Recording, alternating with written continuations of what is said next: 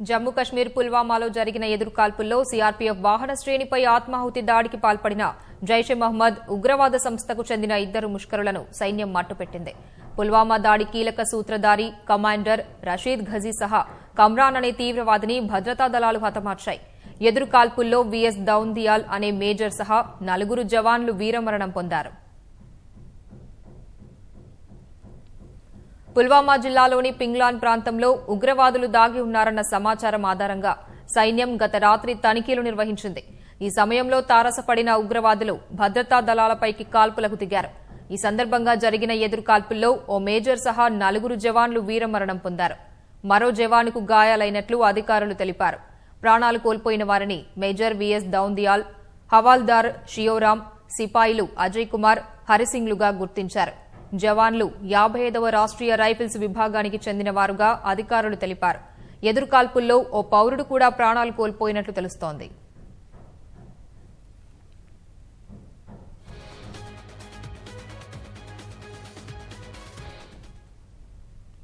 ఒక భవనంలో మరికొందరు ఉగ్రవాదులు దాగి ఉన్నట్లు భావిస్తున్న సైన్యం తనిఖీలు నిర్వహిస్తోంది.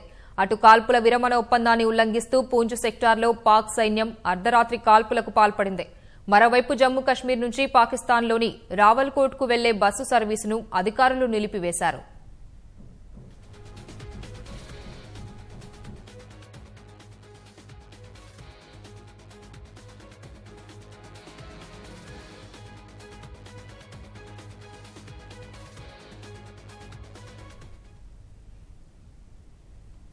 మరోవైపు పుల్వామా ఘటనపై కేంద్ర హోంమంత్రిత్వ శాఖ అత్యున్నత స్థాయి సమీక్ష నిర్వహిస్తోంది.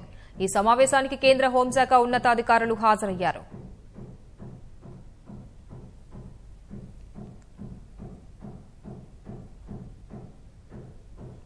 పుల్వామా ఆపరేషన్ను సీఆర్పీఎఫ్ ఢిల్లీలోని తన కేంద్ర కార్యాలయం నుంచి పర్యవేక్షిస్తోంది. నిఘా వర్గాలు స్థానికుల నుంచి తీసుకున్న సమాచారం ప్రకారం అధికారులు దిశానిర్దేశం చేస్తున్నారు. మరిన్ని వివరాలు మా ప్రతినిధి అరుణ్ అడిగి తెలుసుకుందాం. అరుణ్, చెప్పండి, పుల్వామా ఎదురుకాల్పుల్లో సీఆర్పీఎఫ్ వ్యూహం ఏంటి? అధికారులు ఎలాంటి సూచనలు ఇస్తున్నారు? 40 మంది సిఆర్పీఎఫ్ సిబ్బందిని ఉగ్రమూకలు పొట్టన పెట్టుకున్నాయి. జైషే మహమ్మద్ ఉగ్రవాద సంస్థ పొట్టన పెట్టుకున్న తర్వాత దానికి ప్రతి వ్యూహాన్ని ఈరోజు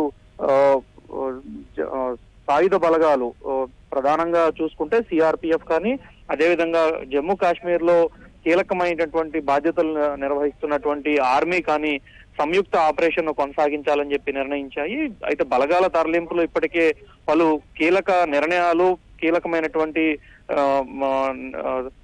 దానికి సంబంధించినటువంటి విషయాలన్నీ చూసుకున్నప్పటికీ వాటిని పక్కన పెట్టి కానీ ప్రధానంగా ఈ రోజు ఉదయం నుంచి చూసుకుంటే, ఈ రోజు ఉదయం తెల్లవారుజామున 5 గంటల నుంచి కీలకమైనటువంటి ఆపరేషన్ కొనసాగుతుంది. ఇప్పటికీ 2 కీలకమైనటువంటి జైషే మహమ్మద్ సంబంధించినటువంటి 2 కీలక కమాండర్లను మన సిఆర్పీఎఫ్ బలగాలు, ఆర్మీ సంయుక్త ఆపరేషన్ లో ఇప్పటికే మట్టుబెట్టారు. ఈ 2 కీలకమైనటువంటి వారు పుల్వామా ఘటనకు 40 మంది మరణానికి, 40 మందిని పొట్టన పెట్టుకున్నటువంటి ఉగ్రవాద చర్యకు ప్రధాన కారకులు వీరిద్దరు అనేది చెప్పుకోవడానికి ఆస్కారం కనిపిస్తా ఉంది. దానికి తగినట్లే హోంశాఖ వర్గాలు, అదేవిధంగా సిఆర్పీఎఫ్ కేంద్ర కార్యాలయం కూడా ధృవీకరిస్తున్నాయి.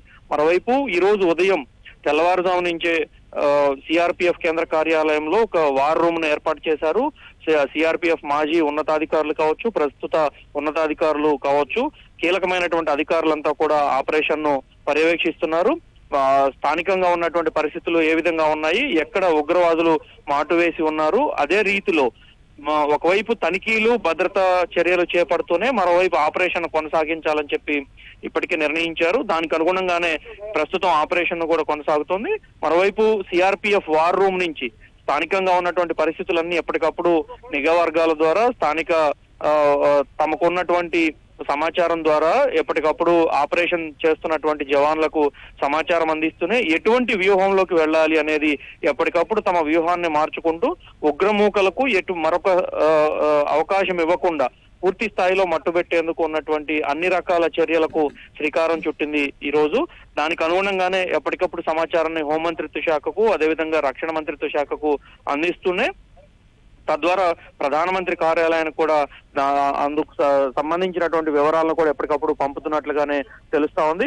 హోంమంత్రిత్వ శాఖ దీనిపైన కీలకమైనటువంటి సమావేశం నిర్వహిస్తా ఉంది. మరోవైపు ఒకవైపు సిఆర్పిఎఫ్ వార్ రూమ్ లోను, మరోవైపు హోంశాఖ కూడా ఉన్నత స్థాయి కమిటీ నిర్వహిస్తుండటంతో ఎక్కడికక్కడ కట్టుదిట్టమైనటువంటి వ్యూహం చేయాలని అన్ని రకాలుగా ఉగ్రమూకలకు తగిన రీతిలో సమాధానం చెప్పేలా ఈ వ్యవహారం మొత్తం నడిపించాలని చెప్పి ఇప్పటికే వ్యూహం రచించారు. దానికి అనుగుణంగానే ఒకవైపు దౌత్యపరమైనటువంటి చర్యలు తీసుకుంటూ పాకిస్తాన్ ను ఏకాకి చేయడంతో పాటు పాకిస్తాన్ కు సంబంధించినటువంటి అన్ని విషయాలను సాక్ష్యాధారాలతో సహా ప్రపంచం ముందు పెట్టేందుకు ఒకవైపు ప్రయత్నిస్తూనే మరోవైపు సైనిక చర్యకు పూర్తి స్థాయిలో సిద్ధమయ్యారు. అందుకు అనుగుణంగానే భద్రతా తనిఖీలు జరుపుతున్నటువంటి సైనికుల పైన, సాయుధ బలగాల పైన ఈ రోజు ఒకేసారిగా ఎదురుకాల్పులు జరిపినటువంటి 3 తీవ్రవాదుల్లో 2 ఇప్పటికే హతమార్చినటువంటి సైనిక బలగాలు మరొక తీవ్రవాది కోసం పూర్తి స్థాయిలో వేట కొనసాగిస్తున్నాయి. అందుకు అనుగుణంగానే ఆపరేషన్ కూడా కొనసాగిస్తూ ఉన్నాయి.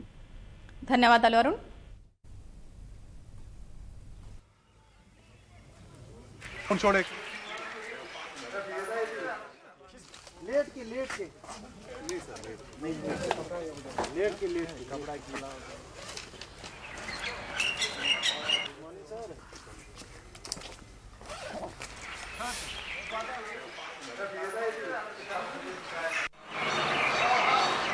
रख के आएगा।